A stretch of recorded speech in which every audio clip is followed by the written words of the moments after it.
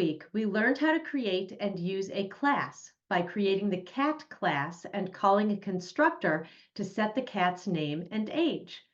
This week, we're going to learn how to add methods to a class. Methods are like functions, but they are associated with a specific object. We are going to add a couple of methods to our cat class, and then we'll call those methods on the cats we created. Let's get started. Okay, so we're going to start with the same file that we were working with last week, which is classes.js. And you can see right here, here's the cat class that we created. And here is the constructor that we used to give the cat a name and an age. So now we're going to add a method. This is something that the cat can do. And we're going to put that right underneath the constructor. And well, what can a cat do? A cat can meow. So let's create a method to make our cat meow. So we're going to type in meow. And then we're going to put in those parentheses, which indicates that this is a method. And then we'll put in the curly braces.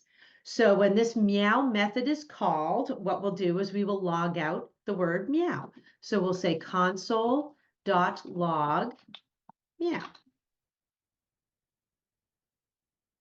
Okay, so now let's call this method with one of the cats that we created. Let's do my first cat. So we'll say my first cat dot meow. And remember to use the parentheses whenever you're calling a function or a method, you need to have those parentheses in there. So let's save. And now let's run this and let's see if our cat will meow. And there we go, there's our meow.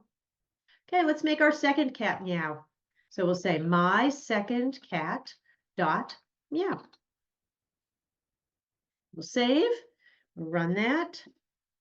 And there's the meow from our second cat. Okay, let's make another method. What else do cats like to do? Well, cats often scratch. So we will make a scratch method. And this time, let's pass something into the method. So we'll pass in number of times. That will be the number of times that the cat scratches. And then we've got our curly braces to outline the method. And now let's use a for loop. Remember when we made a for loop before? So we're going to say for, and then in parentheses, remember a for loop has 3 sections to it. First section is declaring the variable. So we'll say let x equal 1, and then x equals less than or equal to number of times, which is going to be what gets passed in to the method, and then x plus plus. That is where we increment the x value every time the loop runs. And then we need our curly braces for what happens in our loop. And then we'll say console.log, and we'll just log the word scratch. Okay, so now let's make our first cat scratch. So let's put in that command right down here. We'll say my first cat dot scratch. And then in parentheses, we need to indicate how many times we want the cat to scratch. Let's say 4 times. Okay, so what are we expecting to see when we run this? Let's think about it. So we're calling the scratch method. So that goes up here, and we're passing in the number 4 for number of times. So then we're going to create the x variable, and we're going to set it to 1. And then we're going to say, is x less than number of times, less than or equal to? Yes, because 1 is less than or equal to 4. And then after it runs, we're going to increment the x value. So then we say scratch. It's going to log out the word scratch, and then it's going to go back up to the loop again. Now x is 2, so x is still less than or equal to the number of times. So we're going to run again, and so on and so forth. So we're expecting to see the word scratch 4 times.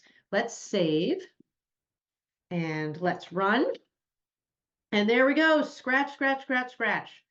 We see that cat scratched 4 times. Thanks for watching this video. If you found my training helpful, please like this video and share it with others. And be sure to subscribe so you don't miss a single lesson. If you're enjoying Monday Morning Automation and you'd like to learn even faster, be sure to check out my book, The Complete Software Tester, which is available in Kindle and paperback on Amazon.com.